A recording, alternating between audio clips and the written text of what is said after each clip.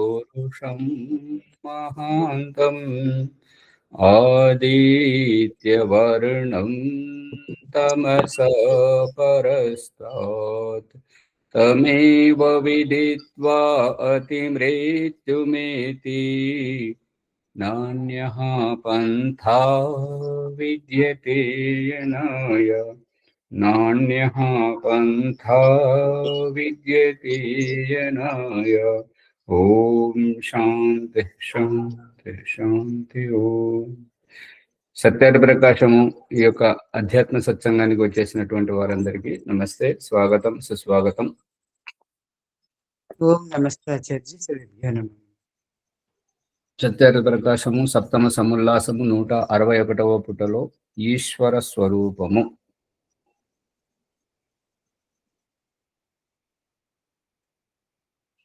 పరమేశ్వరుడు ప్రశ్న ఏంటంటే, పరమేశ్వరుడు తాను తనంతయు ఎరుగునా లేదా అంటే, ఆ పరమేశ్వరుడు మొత్తము అంతా తెలుసుకున్నవాడా, తెలుసుకుంటాడా లేడా, అంతా తెలుసునా లేదా అతనికి అనేటువంటిది ప్రశ్న. సమాధానం, పరమేశ్వరుడు పూర్ణ జ్ఞాని. ఏది ఎట్లున్నా అది అట్లే తెలుసుకొనుట జ్ఞానము అగును. పరమేశ్వరుడు అనంతుడు. అతని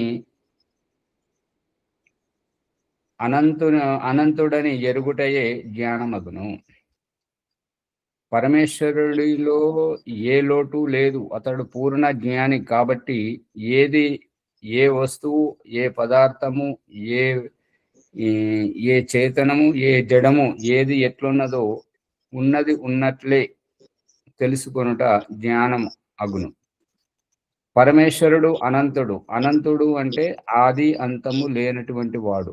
ఆది అంటే ఆరంభం, పుట్టుక. అంతము అంటే నాశనము. ఇటువంటివి లేనటువంటి వాడు. అతని అనంతుడని ఎరుగుటయే జ్ఞానమగును. అతన్ని అనంతుడిని అనంతుడిగా గుర్తించాలి.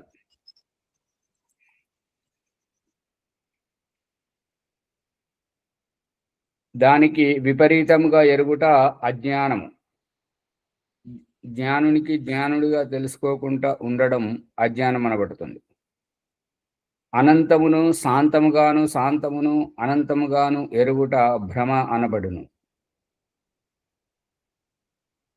అనంతము, అనంతం అంటే ఆది, ఆరంభము, నాశనము లేనటువంటి దానిని, అటువంటి తత్వమును అనంతము. శాంతము, నిన్న లేనటువంటిది ఇవాళ పుట్టుకొస్తున్నటువంటిది, మొన్న లేనటువంటిది నిన్న పుట్టినటువంటిది, ఇవాళ నాశనం అవుతున్నటువంటిది.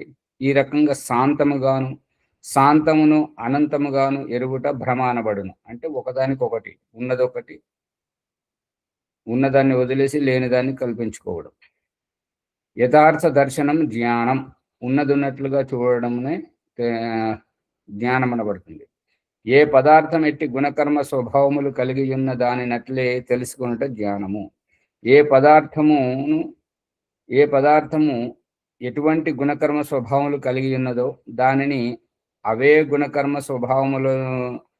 స్వభావములతో అవే గుణకర్మ స్వభావములుగా తెలుసుకోవడము జ్ఞానం అనబడుతుంది, విజ్ఞానం అనబడును.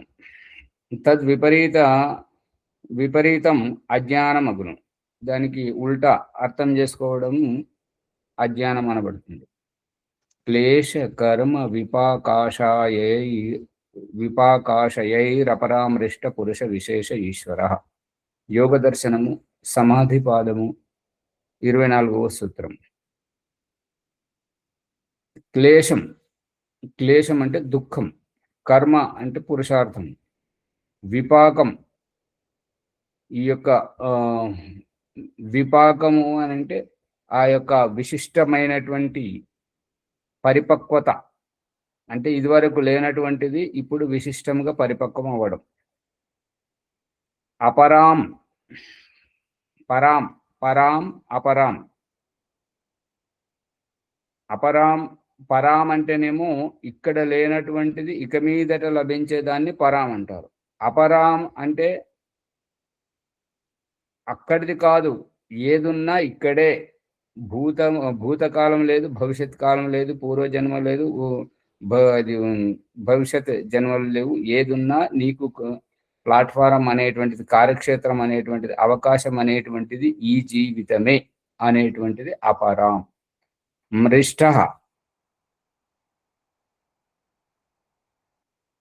ఆ కర్మల వల్ల ఆసక్తుడగుడు, దాన్ని తోటి ప్రభావితం అయ్యేటువంటి వారిని రిష్ట. ఇషు ఇచ్ఛాయం ధాతుతోటి ఇష్ట, ఆ యొక్క వాసన అంటే ఇక్కడ అపరాం మృష్ట, నా రిష్ట అమృష్ట.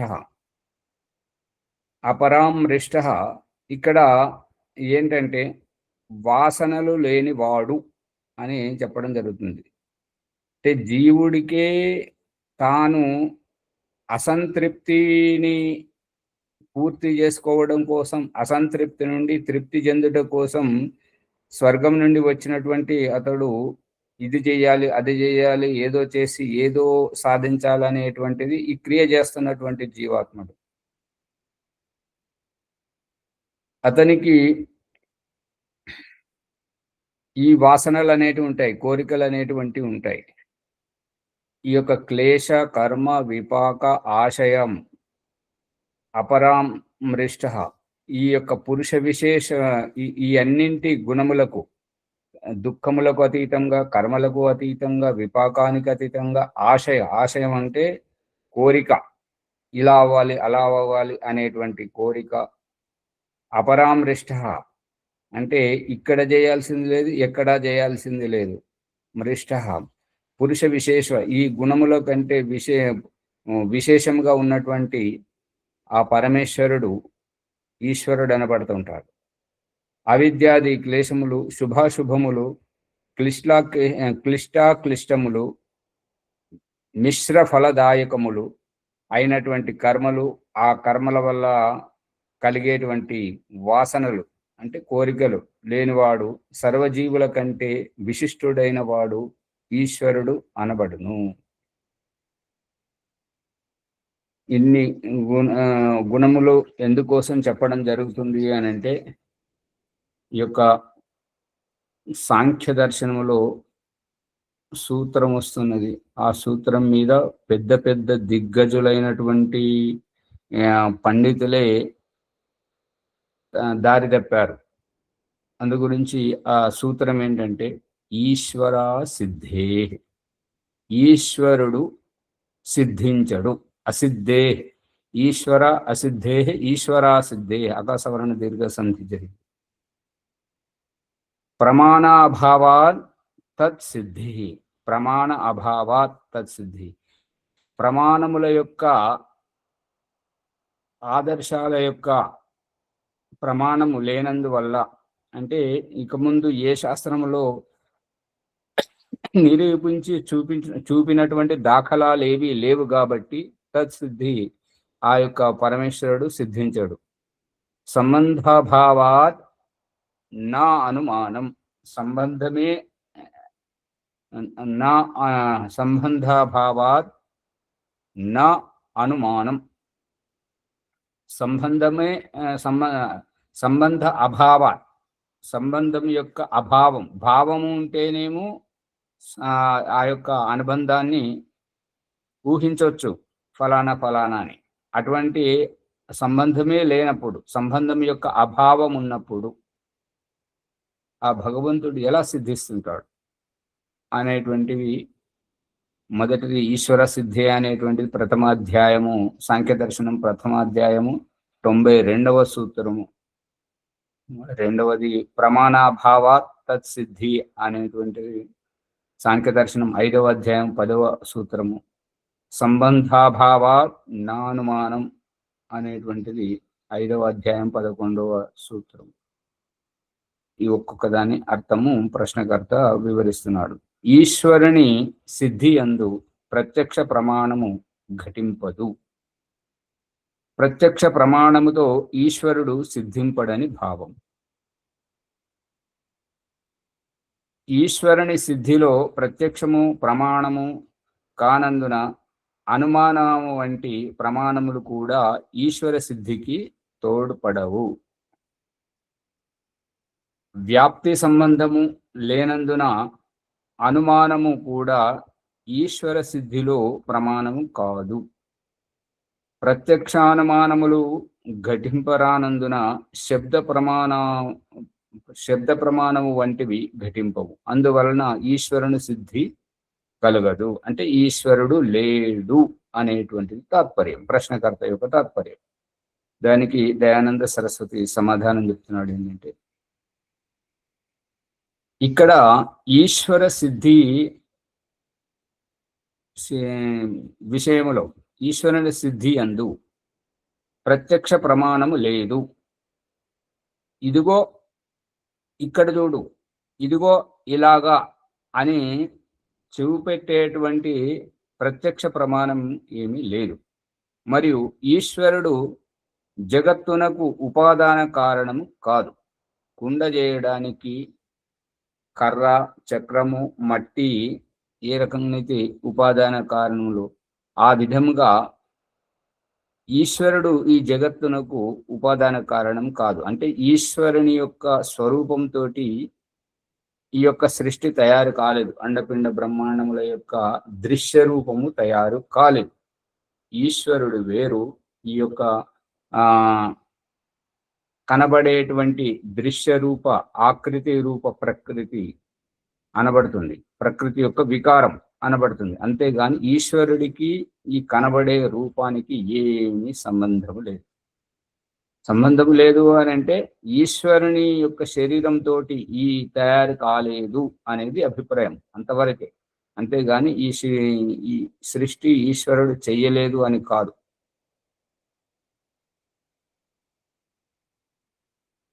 పై సూత్రముల అభిప్రాయము ఇక్కడ ఈశ్వరుడు ప్రత్యక్ష ప్రమాణముచే సిద్ధింపగలడా లేదా, ఇలా ఉండాలి. నీ ప్రశ్న ఇలా ఉంటే దానికి సమాధానం ఇవ్వడం జరుగుతుంది. నువ్వు సమాధానం అర్థం ఏమని చెప్తున్నావు అంటే, ఈశ్వరుని సిద్ధి అందు ప్రత్యక్ష ప్రమాణము ఘటింపదు. ఇది సమాధాన పక్షాన్ని ప్రశ్నపక్షంగా నువ్వు వ్యక్తపరుస్తున్నావు.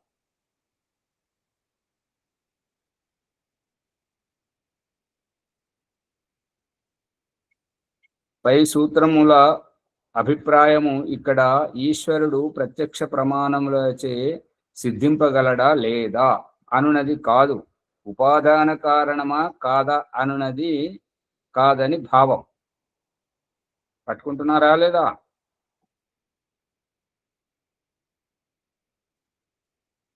ఓం గ్రహిస్తున్నాం. పురుషుని కంటే విలక్షణుడు సర్వత్రా పూర్ణుడగుట వలన పరమాత్ముడు పురుషుడు అనబడుచున్నాడు. పురుషుని కంటే విలక్షణుడు,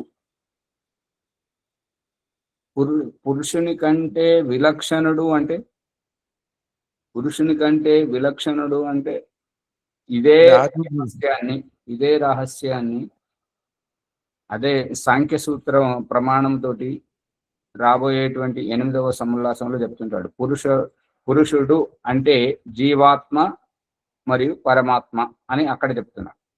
ఇక్కడ పురుషుని కంటే విలక్షణుడు, పురుషుని కంటే అంటే జీవాత్మ కంటే, ఈ 84 లక్షల జన్మలలో వివిధ శరీరాలతో సుఖదుఖములో పడి నానా అవస్థపడుతున్నటువంటి ఈ జీవుడి కంటే విలక్షణుడు, విశిష్ట లక్షణములు గలవాడు అనేటువంటిది అభిప్రాయం.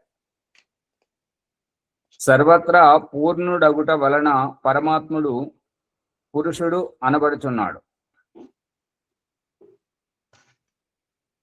అతడు అంతటా నిండి ఉన్నాడు కాబట్టి అందుకే పురుషుడు అనబడుతున్నాడు. శరీరమున శయనించుట వలన జీవుడు పురుషుడు అనబడుచున్నాడు. శరీరమున శయనించుట వలన జీవుడు పురుషుడనబడుచున్నాడు అంటే పడుకున్నప్పుడు మాత్రమే పురుషుడు, మేల్కున్నప్పుడు, ధ్యానం చేస్తున్నప్పుడు,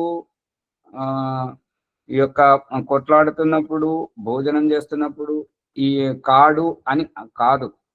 దేహధారి అయినప్పుడు జీవుడు పురుషుడు అనబడుతున్నాడు.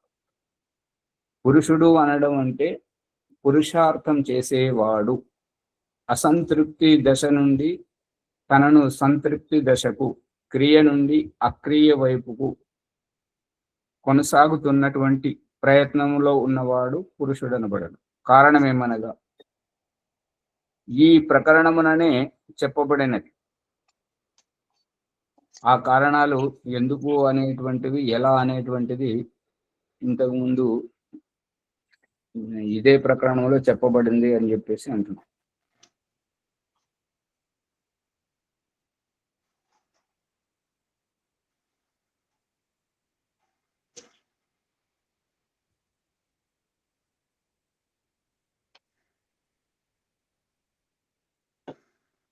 ఎక్కడొచ్చింది?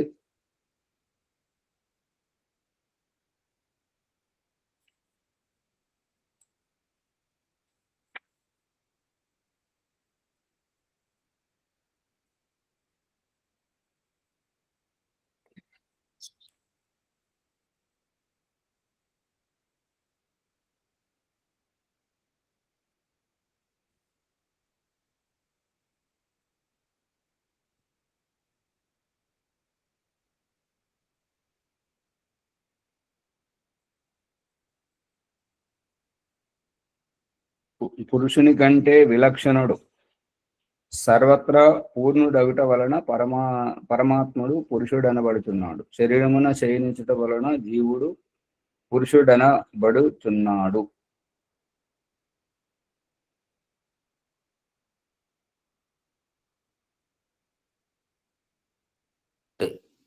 సర్వజీవుల కంటే విశిష్టుడైన వాడు ఈశ్వరుడు అనవాడు.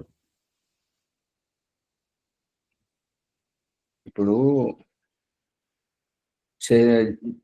పరమాత్మ గురించి తెలుసుకుంటున్నామా, జీవుడి గురించి తెలుసుకుంటున్నామా?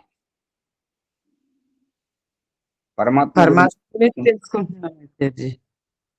గురించి తెలుసుకుంటున్నాము కాబట్టి, ఈశ్వర స్వరూపం గురించి తెలుసుకుంటున్నాము కాబట్టి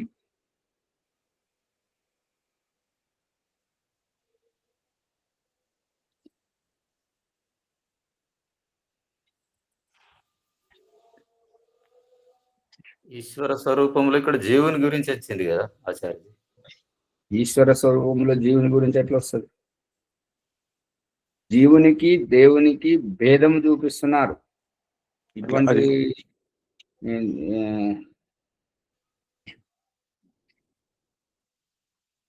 ఇప్పుడు సప్తమ సముల్లాసం ఆరంభములోనే ఈ యొక్క మంత్రాలతోటి చెప్పుకుంటూ వస్తూ ఈశ్వర వ్యాపకత, ఈశ్వర సిద్ధి ప్రమాణములు అనేటువంటి విషయంలో వచ్చింది. ఇంద్రియాల వాడు కాదు, ఇంద్రియాలకు పట్టుబడడు, ఇంద్రియాతీతుడు, దేహధారణ చెయ్యడు అనేటువంటి విషయంలో వచ్చింది.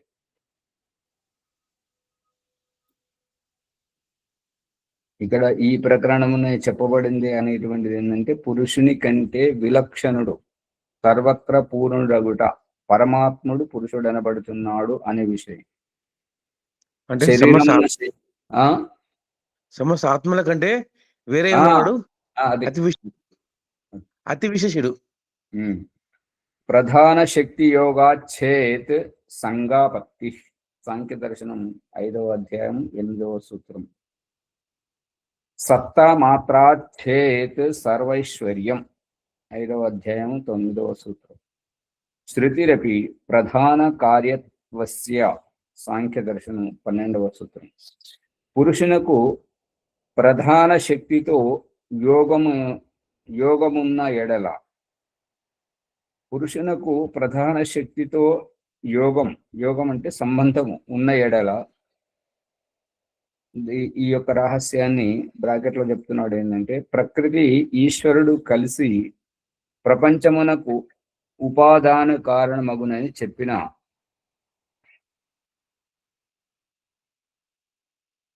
పురుషునకు ప్రధాన శక్తితో సంబంధమున్న ఎడల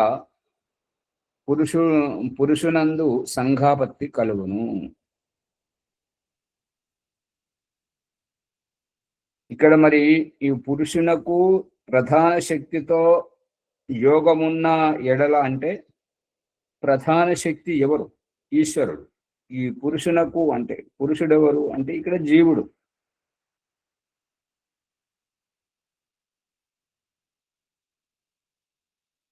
ప్రకృతి ఈ ఈశ్వరుడు కలిసి ప్రపంచమునకు ఉపాదాన కారణమగునని చెప్పిన పురుషునందు సంఘాపత్తి కలుగును.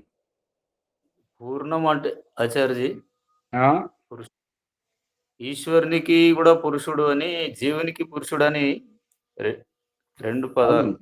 అవును.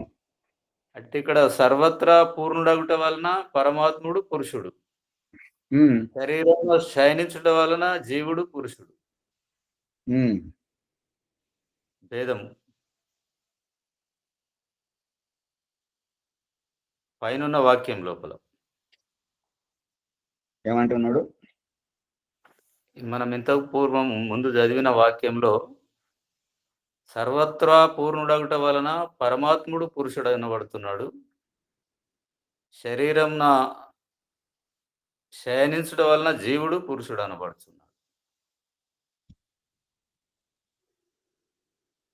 శయనించడం అంటే శరీరాన్ని ఆశ్రయించడం అంతవరకే. శరీరంలో పడుకున్నప్పుడు, ఇంట్లో పడుకున్నప్పుడు, ఆ ఇంటితో సంబంధం ఉన్నప్పుడు, మరి మేల్కున్నప్పుడే మనకు వాడాలి. మేల్కున్నప్పుడు, కూర్చున్నప్పుడు, ధ్యానం చేస్తున్నప్పుడు, జపం చేస్తున్నప్పుడు, దుర్ఘటనతో శయనించుట అనే బదులు పదం వేరేది ఉంటే బాగుంటదేమని. ఏమనాలి? శయనించుట అనే దానికంటే పదం ఇంకొకటి వేరేది. నివసించుట. అదే శరీరాన్ని ఆశ్రయించడం అంటే అయిపోతుంది. శరీరాన్ని ఆశ్రయించడం.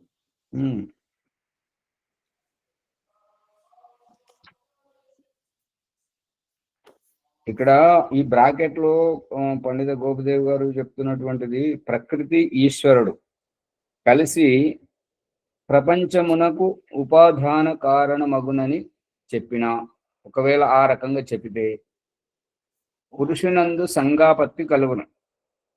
పురుషునందు సంఘాపత్తి కలుగును అంటే సంపర్కం కావాలి. అంటే జీవుడికి దేహధారణ చేయడానికి దేహ రూపమైనటువంటి కనబడే రూపం కోసం ఇంకొకరు కావాలి. ఇంకొకరు కావలసిన అంటే ప్రకృతి. మళ్ళీ ఈ యొక్క ప్రకృతిని ఆశ్రయించి దేహధారణ చేసి కర్మలు చేస్తున్నప్పుడు ఆ కర్మలకు తగినటువంటి అది కర్మఫలాన్ని అనుభవింపజేసేవాడు న్యాయాధీశుడు ఇంకొకరు కావాలి, సాక్షిభూతంగా ఉండి చూసి ఆ శిక్షను అనుభవింపజేయడానికి. అందుగురించి ఆ పురుషునకు ఈ సంగాపత్తి అంటే సంగతి, సాంగత్యము, సోపతి, కలయిక, సంబంధము, అనుబంధము ఆ ఈశ్వరుని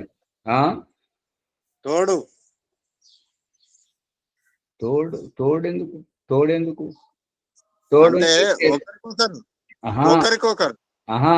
కాదు కదా. ఒకరికొకరు తోడు అనేటువంటిది సమాన స్థాయిలో వస్తుంటది. జీవుడి కంటే ఎంతో ఉత్కృష్టుడు కదా ఈశ్వరుడు. మరి అలాంటప్పుడు ఇలా ఎలా వస్తుంటది సంబంధం? అంటే ఇప్పుడు తండ్రికి కొడుకుకు ఏం సంబంధం, గురువుకు శిష్యునికి ఏం సంబంధం, రాజుకు ప్రజకు ఏం సంబంధం, రాష్ట్రపతికి మరియు సామాన్య నాగరికులకు ఏం సంబంధం? శరీరంతో ఒకరే కావచ్చు. తండ్రికి 2 కాళ్ళు ఉంటాయి, కొడుకుకు 2 కాళ్ళు ఉంటాయి, 2 కళ్ళు, 2 చెవులు, 2 ముక్కు చిద్రాలు, 1 నోరు ఉండొచ్చు. కానీ వారి స్థాయి వేరు, వీరి స్థాయి వేరు, వారి ఉద్దేశం వేరు, వీరి ఉద్దేశం వేరు. పట్టుకుంటున్నారా, ఊరికే కూర్చుంటున్నారా? పెట్టుకుంటున్నాం ఆచార్య, వింటున్నా. అందుకనే ఈ అనుబంధం అనేటువంటిది సంగాపత్తి అనేటువంటిది కలుగుతుంది. అనగా ప్రకృతి రూపం నుండి స్థూలమై కార్యరూపమున పరిణమించినట్లుగా ఈశ్వరుడును ప్రకృతి సూక్ష్మ రూపము నుండి స్థూలమై కార్యరూపమున పరిణమించినట్లుగా ఈశ్వరుడును సూక్ష్మము నుండి స్థూలుడై కార్యరూపమున పరిణమించువాడు కావలసి వచ్చును. అంటే ఈశ్వరుడు అవతరించును అనేటువంటిది చెప్పినట్లు అవుతుంది.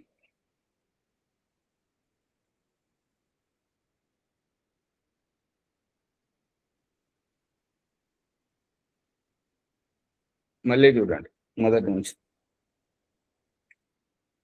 పురుషునకు ప్రధాన శక్తితో యోగము ఉన్న ఎడల, అంటే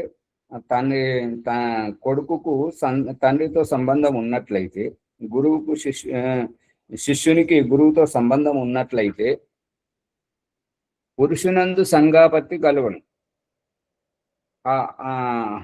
ఈ యొక్క సంగాపత్తి అని అంటే ఇద్దరు పురుషులే, మరి గురువు మనిషే, శిష్యుడు మనిషే, తండ్రి మనిషే, కొడుకు మనిషే, రాజు మనిషే, ప్రజలు మనుషులే.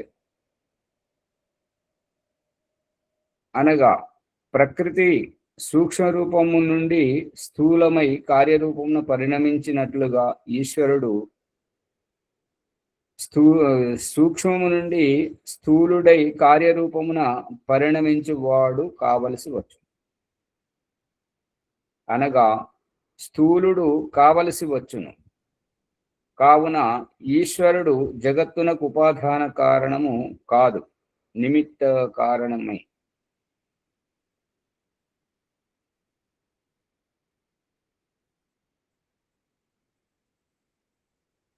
ఏ రకంగానైతే ఇక్కడ జీవుని పక్కన పెట్టి ఈశ్వరుడు గురించి చర్చ జరుగుతూ ఉన్నది. ఈ యొక్క సత్వరజస్తమసాం సామ్యావస్థ ప్రకృతి, ఈ సత్వరూపము, రజోరూపము, తమస్ రూపము, ఈ మూడు రూపముల కలయిక ప్రకృతి. ఆ ప్రకృతి యొక్క వికారాలు, ప్రకృతి మహత్తత్వము, అహంకారతత్వము, బుద్ధితత్వం అంటే అహంకారం, ఈ యొక్క తన్మాత్రలు, ఇవన్నీ ఈ వికారముల ద్వారా ప్రకృతి, కనబడని ప్రకృతి,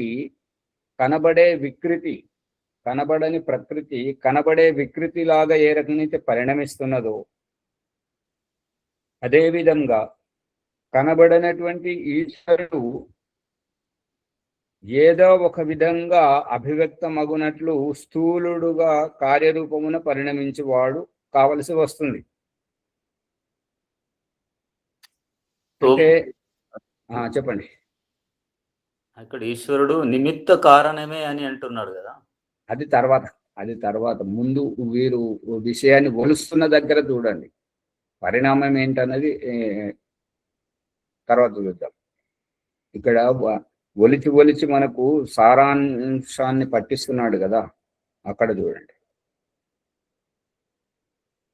ఏ రకంగానైతే ఈ అనుబంధానికి, ఇప్పుడు దేహంతోటే అనుబంధం, సంతానం, తండ్రికి ఫలానా వారికి 3 సంతానం, 4 సంతానం, ఆ యొక్క తండ్రితోటి సంతానాన్ని ఏ రకంగా కలపడం జరుగుతుందో, అనుబంధాన్ని చూపించడం జరుగుతుందో, గురువును శిష్యునికి గురువుతో సంబంధం ఏ రకంగా చూపించడం జరుగుతుందో, రాజు ప్రజలు, ఆ విధంగానే ఇక్కడ సూక్ష్మము నుండి ప్రకృతి సూక్ష్మమే, దాని వికృతి స్థూలం. కనబడని ఈశ్వరుడు సూక్ష్మము. ఇప్పుడు ప్రకృతి ఏర్పడ్డది కాబట్టి స్థూలుడుగా కార్యరూపంగా పరిణమించువాడు కావలసి వచ్చును. స్థూలుడుగా కార్యరూపము పరిణమించినట్లయితే లేనటువంటి వాడు కార్యరూపంగా పరిణమించినట్టయితే అతనికి ఆ కార్యరూపానికి అంతం కూడా కావలసి వస్తుంది. ఆ కార్యముకు అంతము కూడా కావాల్సి వస్తుంది. అంటే ఈశ్వరునికి నాశనం కూడా కావాల్సి వస్తుంది. తండ్రి లేని కొడుకు, గురువు లేని శిష్యుడు, రాజు లేని ప్రజలు, ఆ విధంగా అస్తవ్యస్తం అవుతుంది. అందుకని ఈశ్వరుడు జగత్తునకు ఉపాదాన కారణము కాదు. ఇది పట్టుకోవాలి. ఇది మనకు సారాంశం. ఒకవేళ ఉపాదాన కారణమైతే సృష్టి ఆరంభములో లేని సృష్టి తయారవుతుంది కాబట్టి ఉపాదాన కారణం. కుండ లేదు, కుండ చేయాలి. మన ఉద్దేశం కుండ కావాలి. దాని గురించి మట్టిని సమకూర్చుకోవడం, నీటిని, చక్రాన్ని, ఆ కర్రను, ఆ యొక్క కుమ్మరి తెలివిని ఉపయోగించి కుండను తయారు చేయడం జరిగింది. మట్టే లేకపోతే కుండ ఎట్లయితుంది? నీరు లేకుంటే కుండ ఎట్లయితుంది? చక్రం లేకుంటే ఎట్లయితుంది? కర్ర లేకపోతే ఎట్లయితుంటుంది? ఇవన్నీ ఒక ఎత్తు. మరి ఈ కుమ్మరియే లేకపోతే, కుమ్మరి తెలివితేటలే లేకపోతే కుండనే తయారు కాదు. అందుకని ఇక్కడ ఈశ్వరుడు నిమిత్తం, ఈశ్వరుని వల్లనే అయ్యింది. కుండని చేసిన వాడు కుమ్మరి అని మనము ప్రత్యక్షంగా చూస్తున్నాం కాబట్టి అంటున్నాం. కానీ కుమ్మరి కుండలో ఎక్కడైనా ఉన్నాడా? దర్జీ కుట్టిన వస్త్రాలలో ఎక్కడైనా ఉన్నాడా? వడ్రంగి చెక్కిన ఆ యొక్క కర్ర పనిముట్లలో ఎక్కడైనా ఉన్నాడా? లేడు. అతని కళ ఉంటుంటది. అదే రకంగా ఈశ్వరుడు ఈ జగత్తునకు ఉపాదాన కారణం కాదు, నిమిత్త కారణం. ఈశ్వరుని వల్ల అయ్యింది. ఈ యొక్క నిమిత్త కారణం అనేటువంటిది ఇక్కడ చెప్తున్నాడు కదా, అవయవరహిత ఈశ్వరుడు అని చెప్పేసి అపాణిపాదో జవనోగ్రహీత పశ్యత్య చక్షు స శృణోత్యకరణ నవేత్తి వేద్యం నచ తస్యాస్తి వేత్త తమాహోరగ్ర్యం పురుషం మహాంతం నతస్య కార్యం కరణం చ విద్యతే నా తత్సమాశ్చాభ్యధికశ్చ దృశ్యతే పరస్పరాస్య శక్తిర్వివిధైవ శ్రూయతే స్వాభావికి జ్ఞానబలక్రియా చ. ఈ రెండు శ్లోకముల ద్వారా చెప్పడం జరిగింది. కాబట్టి ఈశ్వరుడు నిమిత్తము అయితే, నిమిత్తము కాబట్టి మనకు ఈ యొక్క సృష్టి వ్యవస్థ కనబడుతుంది. అదే ఉపాదాన కారణమైతే, ఇప్పుడు ఉపాదాన కారణమైతే తోడుబెట్టిన పాలు ఇక మనకు దొరకవు. ఎట్లెట్లా తోడుకుంటుంటే దానికి పెరుగు తోడుకున్నటువంటి ఆ గడ్డ రూపం కనిపిస్తుందే తప్ప తరళమైనటువంటి పాల రూపం కనిపించదు. ఇక్కడ ఉపాదాన కారణంలో కుండ అయిన తర్వాత మట్టి కనిపించదు. కుండ మట్టితోటే తయారైంది కాబట్టి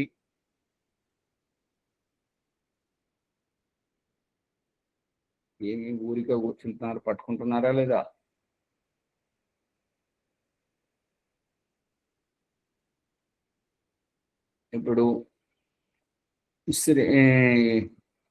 ఇప్పుడు మన మానవ జన్మకి ఏంటంటే,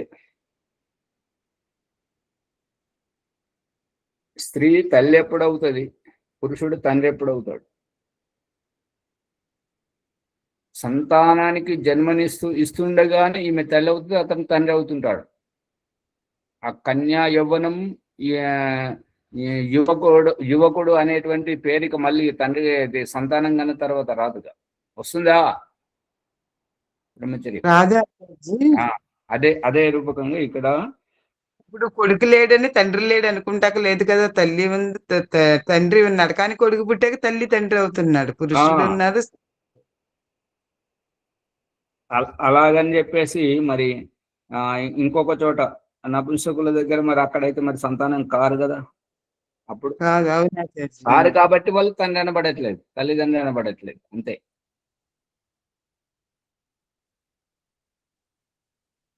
సూర్యప్రకాష్ గారు, ఓంజీ. ఉపాదాన కారణం వేరు, నిమిత్త కారణం వేరు. ఇప్పుడు భారతదేశ ఏమంటారు దాన్ని, ఏమంటారు, భారతదేశ గౌరవం ఈ 10-15 సంవత్సరాల క్రితం ఎలా ఉండేటువంటిది, ఇప్పుడు ఎలా ఉన్నది? దీనికి కారణం ఎవరు? నిమిత్తం ఎవరు? నరేంద్ర మోడీ గారు. కదా. అవును. కానీ ఎక్కడ అతను కనిపించట్లేదు, కానీ జరిగేటివన్నీ జరిగిపోతున్నాయి. పురుషార్థం వల్ల, ఆ పురుషార్థ ప్రయత్నం వల్ల. అందుకని ఇక్కడ చూపిస్తున్నటువంటిది ఏంటంటే, ఉపాదాన కారణమైతేనేమో ఇక తాను ఉండదు, తయారయ్యేటువంటి దాంట్లో సమస్య పోవడం ఉపాదాన కారణం. ఈ నిమిత్త కారణంలో ఏంటంటే, మిఠాయిలు చేసేవాడు ఎన్నైనా చేస్తాడు, వంట చేసేవాడు ఎన్నైనా వంటలు చేస్తాడు, కానీ ఆ వంటల్లో వంటవాడు రాడు, మిఠాయిలు చేసేవాడు ఆ మిఠాయిలలో రాడు. ఆ రూపకంగా నిమిత్తము వేరు, ఉపాదానం వేరు. ఇది పట్టుకోవాలి. ఉపాదానం అంటే కారణము, నిమిత్తం అంటే ప్రయత్నం జరిగి. అంటే నిమిత్తం అంటే తయారయ్యే వస్తువు. అది లేకపోతే ఆ వస్తువు తయారు కాదు. ఇప్పుడు పాలు లేకపోతే పెరుగలా తయారవుతుంది. అందుకే పరమాత్ముడు నిమిత్త కారణం ఈ జగత్తును చేస్తాడు కాబట్టి. అది ఆచార్య. పాలు లేకపోతే పెరుగు తయారు కాదు. పెరుగు తయారు కావడానికి పాలు ఉపాదాన కారణం. కుండ కోసం మట్టి ఉపాదాన కారణం, అంతేగాని కుమ్మరి నిమిత్తం. అంటే జగత్తులో పదార్థాలకి ఉపాదాన కారణం పురుషుడు చేస్తున్నాడు ఆచార్య, అంతే కదా. దానికి కారణం కార్యం జరగటానికి పురుషుడు, ఆ మిఠాయిని లడ్లు చేయడానికి కారణం పురుషుడు అవుతున్నాడు. అలాగే పరమాత్మ జగత్కి కారణం. నిమిత్తం కనిపించదు, కనిపించదు, మాయాస్వరూపం అంతే. అందుకే కదా దేవుడు అడిగిపిస్తున్నాడు, ఇంటికి వచ్చి తలుపు తట్టిన వారు ఎవరు, నువ్వు ఫోన్ చేసిన వారిని ఎవరు,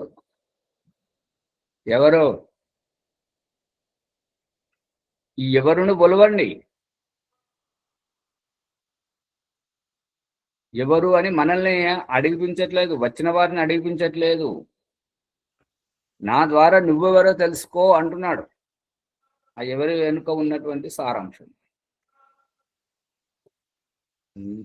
ఎవరు అంటే వాళ్ళ తల్లిదండ్రులు ఎవరు, ఏ ఊరు, అదే నీ మూలంలో నేనున్నాను అంటున్నాడు. అంతే. నేను నువ్వు లేవు, నేను లేకుంటే నువ్వు లేవు.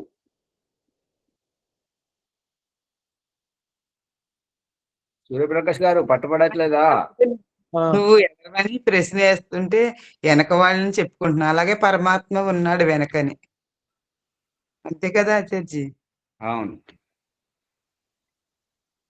ఊరికే కూర్చుంటే పుటలు తిరిగేయడం జరుగుతుంది, పుస్తకాలు మార్చేయడం జరుగుతుంటది. ప్రశ్నించాలి, తర్కించాలి. అప్పుడు చితికితే వెన్న పైకి వచ్చినట్టుగా వాదే వాదే జాయితే తత్వబోధ.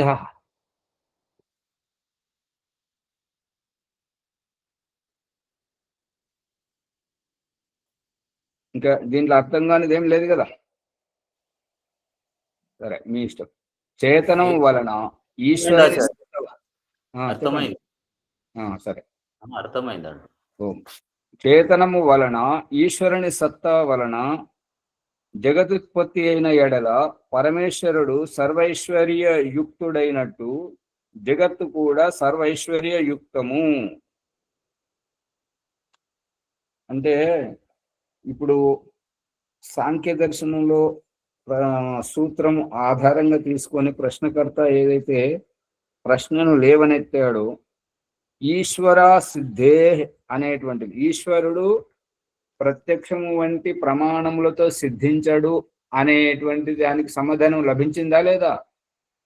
ఎందుకంటే మళ్ళీ సాంఖ్య దర్శనం చదివేటప్పుడు దాని పెద్ద పెద్ద దిగ్గజ పండితులు సైతం ఈశ్వరుడు లేడు కపిలాచార్యుడు నాస్తికుడు అనేటువంటి వ్యాఖ్యానం చేస్తున్నారు.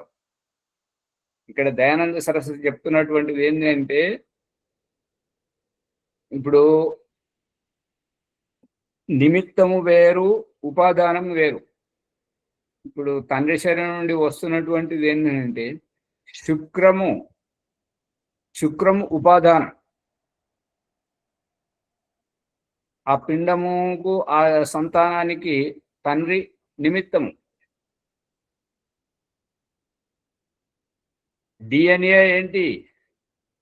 ఏది చెప్పరు, ఊరిగా కూర్చుంటారు. డిఎన్ఏ అంటే వారి శరీరతత్వం, వీరి శరీరతత్వం. ఆచార్య ఇక్కడ ఉపాదాన కారణం వేరే, అంతే కదా. నిమిత్త కారణం, ఉపాదాన కారణం. ఉపాదాన కారణం అంటే ఏది లేకపోతే ఏ వస్తువు తయారు కాదో ఆ యొక్క సాధనాన్ని ఉపాదాన కారణం అంటారు. ప్రకృతి లేకపోతే ఈ కనబడే దృశ్య జగత్తు, ఈ 84 లక్షల జీవరాశుల దేహములు ఇవి ప్రకృతి లేకుండా ఎలా తయారవుతాయి? రావాచార్య. మరి అందుకే దీనిని ఉపాదాన కారణం. దానికి నిమిత్త కారణం పరమేశ్వరుడు.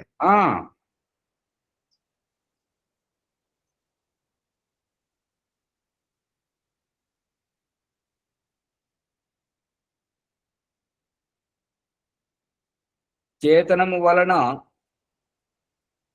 అంటే ఈశ్వరుని సత్తా వలన జగత్తు ఉత్పత్తి అయినట్లయితే పరమేశ్వరుడు సర్వ ఐశ్వర్య యుక్తుడైనట్లు జగత్తు కూడా సర్వ ఐశ్వర్య యుక్తం కావలేను. కానీ జగత్ అట్లు లేదు. అంటే దీని అభిప్రాయం ఏంటి? జగత్తు ఉత్పత్తి అయి అంటే ఈశ్వరుని వలన అంటే చైతన్య శక్తి వలన జగత్తు ఉత్పత్తి అయినట్లయితే పరమేశ్వరుడు సర్వైశ్వర్య యుక్తుడు అని మనము హిరణ్యగర్భ అని, హిరణ్యము వంటి ధాతువులన్నీ ఆ ఈశ్వరుని అందే ఉన్నవి. అతడే మనకు అన్ని ఇస్తున్నాడు. మనం బ్రతికినంత కాలం యథాయోగ్యంగా ఎప్పటికప్పుడు మనకు దారబోస్తూనే ఉన్నాడు. కాబట్టి అతడు సర్వ ఐశ్వర్యవంతుడు, ఐశ్వర్యయుక్తుడు అయినట్లు జగత్తు కూడా సర్వైశ్వర్యయుక్తం కావలేను. అంటే ఈ జగత్తే అంటే ఇక్కడ ఈశ్వరుని ఖండన ఎట్లా జరుగుతుంది అంటే, ఏ రకంగానైతే చేతనము నుండి చైతన్య స్వరూపుడు ఈశ్వరుడు సర్వైశ్వర్య యుక్తుడు కాబట్టి మనకు ఎప్పటికప్పుడు యథాయోగ్యంగా దారపోస్తున్నాడు. ఒకవేళ ఆ చైతన్యము వల్ల అంటే దీని అభిప్రాయం ఏంటంటే, కుండ చేసినప్పుడు కుండలో వాడుక మొదలు పెట్టినప్పుడు మొట్టమొదట ఏ మట్టితోటైతే చేశారో ఆ మట్టి వాసన వస్తుందా లేదా నీళ్ళలో? అది అంటున్నాడు ఇక్కడ. చైతన్య శక్తితోటి తయారైనట్టయితే అంటే మట్టి కణాలతోటి కుండెట్లా తయారైందో చైతన్య యొక్క తత్వంతో ఈ యొక్క జగత్తు తయారైనట్టయితే దీంట్లో ఈ జగత్తు కూడా సర్వైశ్వర్యయుక్తముగా అవుతుంది కదా, అవ్వాలి కదా. కానీ చైతన్య శక్తితోటి తయారు కాలేదు, జడ శక్తితోటి, జడ తత్వంతో, ఉపాదానం జడముతోటి తయారైంది అనేది అభిప్రాయం. ఆచార్య ఇక్కడ ఉపాదానం అంటే మట్టి అదే ఇప్పుడు తోడు పెట్టేవారు పెరుగులో వస్తారా? రారు. మరి కుండ చేసేవారు కుండలో వస్తారా? ఆ విషయాన్ని ఇక్కడ ఒలుస్తున్నాడు. ఇప్పుడు ఇక్కడ ఆచార్య కుండ చేయాలంటే ఒక కుమ్మరి అవసరము, చక్రం అవసరము, మట్టి అవసరము, మూడు. ఉపాదానం అంటే మట్టి, నీరు, అది అణువణువు కలిసి మట్టి అవుతుంది ఆచార్య. రసతత్వము, గంధతత్వము కలిస్తేనే కదా కొండ అవుతుంది ఆచార్య. ఇంకా దానికి మళ్ళీ ఉపాదాన కారణాలు అవన్నీ ఆ వస్తువు తయారు చేయటానికి కారణాలు, సాధనాలు. అమ్మగారు, పెరుగులో పాలతత్వము, కుండలో మట్టి తత్వం, ఇవి మాత్రమే ఉపాదాన కారణం. చక్రము అది కర్ర రావట్లేదు. ఇప్పుడు ఆ కుండలో ఆ చక్రము కర్ర ఉపాదాన కారణం అంటే వాము పెట్టడం చూడండి. వాములో ఏం చేయడం జరుగుతుంది? ఏదైతే పొడి మట్టిని తీసుకొచ్చి నీళ్లు పోసి దాన్ని ముద్దగా చేసి ఆ చక్రం మీద పెట్టి చేసి కుండ తయారైన తర్వాత దాన్ని వాములో పెడితే వామే ఆ నిప్పు ఏం చేస్తుంటది? ఈ నీటిని ఆవిరి చేస్తుంది అంతే. ఆ జిగట తత్వం పట్టుకుంటుంటది. అదే మరి దాన్ని ఇంకా అలాగే పెట్టండి. పెడితే ఏమవుతుంది? ఆ జిగట తత్వం పోయి మళ్ళీ బుకిని అవుతుంటది మట్టి. అందుకని ఒక స్థితి వరకే. ఇప్పుడేందంటే రొట్టె చేయడం ఎట్లా చేస్తుంటారు? పొడి పిండిలో నీళ్లు పోసి ముద్ద చేసి దాన్ని తాల్చి పెంక మీద ఏస్తారు. పెంక మీద ఎంతవరకు కాలుస్తారు? మనకు అనుకూలమైనంత వరకే దాన్ని కాలవడం. అదే దాని మీద వేసి అలాగే ఊరుకుంటే అది మళ్ళీ మాడి మసైపోతుంది. అది కారణం.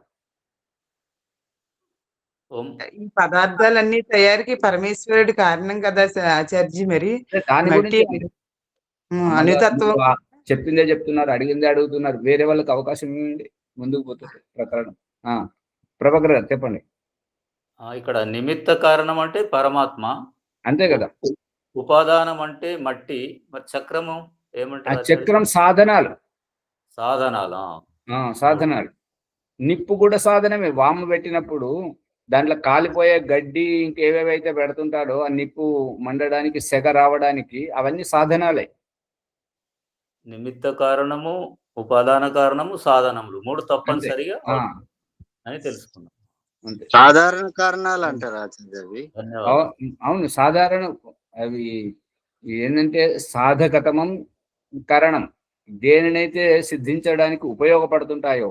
ఇప్పుడు మన అభిప్రాయము ఎదుటి వ్యక్తికి తెలియాలి. ఆ వ్యక్తి దూరంగా ఉన్నాడు కాబట్టి మాట్లాడేటువంటి సెల్ ఫోన్ సాధనమే, వ్రాసేటువంటి పెన్ను సాధనమే, మన అభిప్రాయాన్ని తీసుకెళ్లేటువంటి కాగితము సాధనమే, ఆ తపాల వాళ్ళు సాధనములే, అన్ని సాధనం కిందకే వర్తిస్తాయి. ఏమడుగుతున్నాను ఆచార్జీ అంటే, మట్టి ఎలా అయిందంటే ఆ రసంతోటే కదా మట్టి తయారైంది. ఆ రసం లేకపోతే అది అణువణువుకి ఇడిపోతుంది కదా ఆచార్జీ అని నేను అంటున్నాను ఆచార్య. దాని గురించి అడుగుదామని. అమ్మగారు అక్కడ మీరు పట్టుకున్నటువంటి రసము అని అంటే మట్టిలో రసం ఉండాలి. పొడి మట్టిని తీసుకొస్తారు.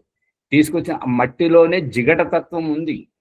జిగటతత్వం ఉంది కాబట్టి ఆ జిగటతోటి ఒక అణువుకి ఇంకొక అణువును అతుకు పెట్టడానికి నీళ్లు పోయడం. నీళ్లు పోసి దాన్ని మనం అనుకున్న ఆకృతిని తెచ్చిన తర్వాత దాన్ని తీసుకెళ్లి ఆ సెగలో పెట్టి దాన్ని వాము అంటుంటారు. దాంట్లో పెట్టి కాల్చిన తర్వాత ఏమవుతుంది? నీటిని మాత్రమే ఆవిరి చేయడం జరుగుతుంది. అదే దానికి కారణం పరమేశ్వరుడు కదా అని నేను అడుగుతున్నాను ఆచార్య. అవును, నిమిత్తం అని చెప్తున్నారు కదా. ఇప్పుడు ఈ రహస్యాన్ని ఇప్పుడు మాటలతో వింటున్నారు. ఓం ప్రకాష్ వేదమంత్ర ప్రమాణంతో కళ్ళకు కట్టినట్టుగా సచిత్రంగా చూపించాడు. యజుర్వేదము 31వ అధ్యాయంలో ఉన్నటువంటి పురుష సూక్తంలో ఉన్నటువంటి మంత్రం అద్భ్యః సంభృతః పృథివ్యాః రసాచ్చ విశ్వకర్మణ సమవర్తతాగ్రే. అది సచిత్రం. ఇహపరలోకం చూడండి, దాంట్లో ఉన్నది.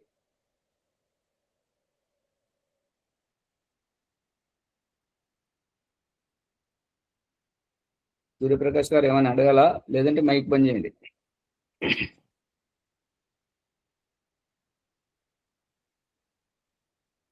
ఉపనిషత్తు కూడా ప్రధానమే. అమ్మో, సమయం చాలా అతీతం అయిపోయింది.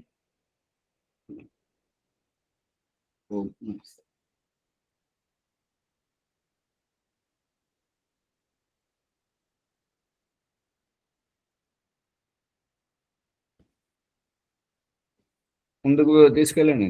అటువంటి ఎవరు లేరా? ఓం సర్వేభ్యో నమస్తే. ఈనాటి ఎపిసోడ్ ద్వారా ఈశ్వర స్వరూపం గురించి, నిమిత్త కారణము, ఉపాదాన కారణము, సాధనాలు, ఈ సృష్టి నిర్మాణంలో పరమాత్మ ఏ విధంగా చేస్తున్నాడు అనేది విషయాలు, అత్యంత ముఖ్యమైన విషయాలను ఈ ఎపిసోడ్లో తెలుసుకున్నాం. ఈ విషయాలన్నీ ఎన్నో ఉదాహరణలతో అర్థం చేసుకోవడం జరిగింది. కాబట్టి ఎపిసోడ్ అందరికీ అందించడానికై లైక్ చేద్దాం, షేర్ చేద్దాం, సబ్స్క్రైబ్ చేసి గంట సింబల్ని నొక్కి అందరికీ ఈ జ్ఞానాన్ని అందించడానికి ముందుకు వస్తామని మనవి చేస్తున్నాను. ఈ విషయాలన్నీ తెలిపిన ఆచార్య గారికి ధన్యవాదములు. తర్వాత ఈనాటి వైదిక సంధ్య జాడే సూర్యప్రకాష్ గారు ఉన్నారు. చూసుకోరా. ఓం కెమెరా ఓపెన్ చేయండి. ఓం ఓం అమృతోపస్తరణమసి స్వాహా. ఓం అమృత అభిధానమసి స్వాహా. ఓం సత్యం యశః శ్రీర్మహి శ్రీశ్రేతాం స్వాహా.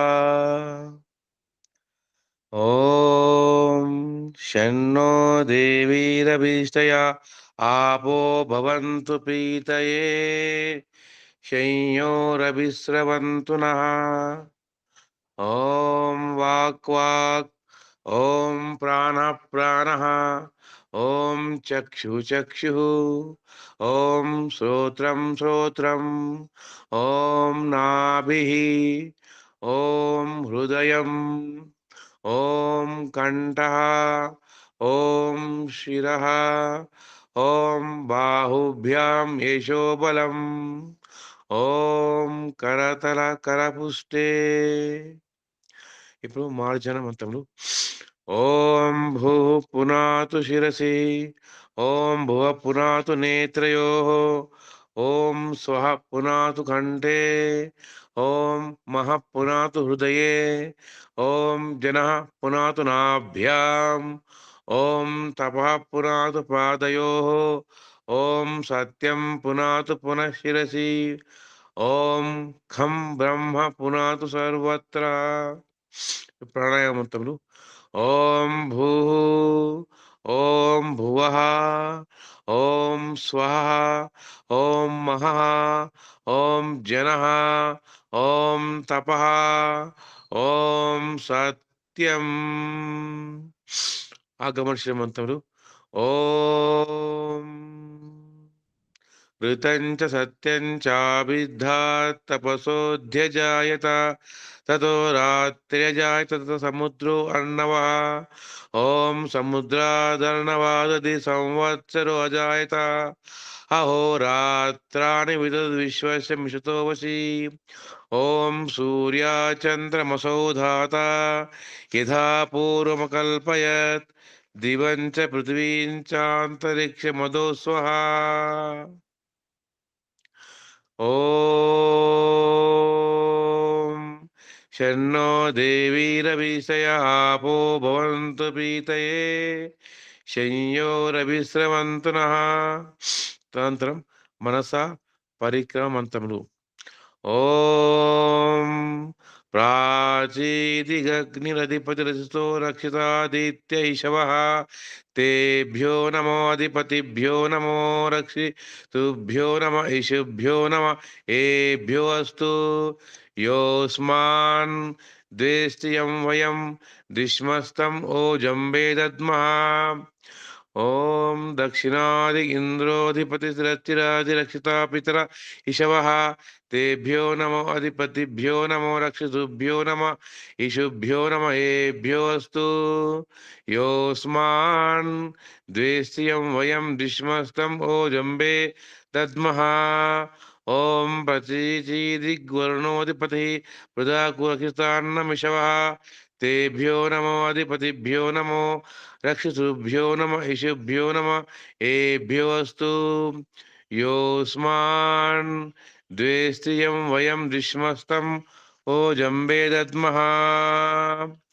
ओम उदीचीदिक् सोमोधिपतिः स्वयो रक्षिता शनिर्षवः तेभ्यो नमो अधिपतिभ्यो नमो रक्षितुभ्यो नम इषुभ्यो नम एभ्यो अस्तु.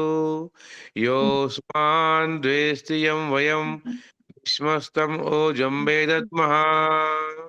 ॐ ध्रुवादिग्विष्णुरधिपति कल्माशग्रीवो रक्षिता वीरुदैषवः। तेभ्यो नमोऽधिपतिभ्यो नमो रक्षितुभ्यो नम इषुभ्यो नमः। एभ्यो अस्तु योऽस्मान् द्वेष्टियं वयं विश्वस्तं ओ जम्बे दद्मः। ओम ऊर्ध्वादिग्बृहस्पतिरधिपतिः चित्तरक्षिता वर्षमिषवः। तेभ्यो नमो अधिपतिभ्यो नमो रक्षितुभ्यो नम इषभ्यो नम। एभ्यो अस्तु योऽस्मान् द्वेष्टियं वयं दिश्मस्तं वो जम्बे दद्मः। उपस्थानमतము ओ जाओ। ओम जातवेदसे सुनुवाम सोमा मरातीयतो निदहति देवेदः। सनः परिषदति दुर्गानि विश्वाना देव सिन्धु धरित्वा दुरित्वाग्निः। ओम उद्वयं तमसस्परिस्व पश्यन्त उत्तरं देवं देवत्रा सूर्यमगन्म ज्योतिरुत्तमम्। ओम उदुत्तमं जात वेदसं देवं वहन्ति केतवः दृशे विश्वाय सूर्यम्। ओम चित्रं देवानामुदगातनीकं चक्षुर्मित्रस्य वर्णस्याग्नेः आप्राध्यावा पृथिवी अन्तरिक्षं सूर्य आत्मा जगतः सत्सु सस्य स्वाहा। ओम तच्चक्षुर्देवहितं पुरस्सा शुक्र मुच्चरत्। पश्येम शरदशतं जीवेम शरदशतं शृणुयाम शरदशतं प्रब्रवाम शरदशतं अधीनास्याम शरदशतं भूयच्च शरदशतात्। ॐ भूर्भुवस्वः तत्सवितुर्वरेण्यं भर्गो देवस्य धीमहि धियो यो नः प्रचोदयात्। हे ईश्वरा दयानिधे भगवत्कृपयानेन जपोपासनादिकर्मणा धर्मार्थकाममोक्षाणां सद्य सिद्धिर्भवे नः। ॐ नमः शम्भवाय च मयोभवाय च नमः शङ्कराय च महेश्वराय च नमः शिवाय च शिवतराय च। ॐ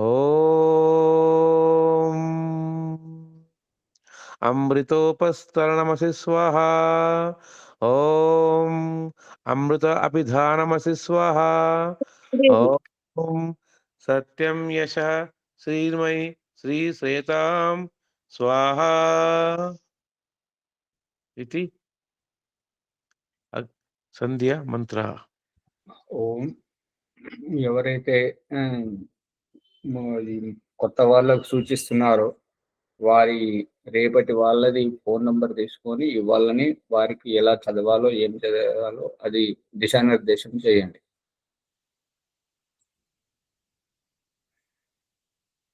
అవుతుందా ప్రభాకర్ గారు, శ్రీనివాస్ గారు? అవునవును. మరి ఎందుకంటే వారికి తెలియదు కదా ఎలా చేయాలి, ఎక్కడున్నది అనేటువంటిది. ఈ గాయత్రి మంత్రము తర్వాత సమర్పణము, ఆ తర్వాత నమస్కార మంత్రం వరకు చదవాలి సూర్యప్రకాష్ గారు. అది ఇక వారిది అయిపోయింది. ఇక రేపటి వాళ్ళకు వాళ్ళ నంబర్ తీసుకొని తర్వాత సూచించండి. రేపటి సంధ్య శ్రీనివాచారి గారు ఉన్నారు, వారి నంబర్ తీసుకొని చెప్పండి ఎట్లా చేయాలని. ఓం నమస్తే ఆచార్య. శాంతి పాఠం చేయాలి. చెప్పేయాలి ఆచార్య శాంతి పాఠం. ఓం ధ్యో శాంతి అంతరిక్షం శాంతి పృథివీ శాంతి ఆపశాంతి ఓషధయ శాంతి వనస్పతే శాంతి విశ్వే దేవా శాంతి బ్రహ్మ శాంతి సర్వం శాంతి శాంతిరేవ శాంతి సమా శాంతిరేధి. ఓం శాంతి శాంతి శాంతి. ఓం సర్వేభ్యో నమస్తే ఆచార్యజీ. నమస్తే. ఓం నమస్తే ఆచార్య. శ్రేయస్. ఓం నమస్తే ఆచార్య. సర్వేభ్యో నమః. నమస్తే ఆచార్య సర్వ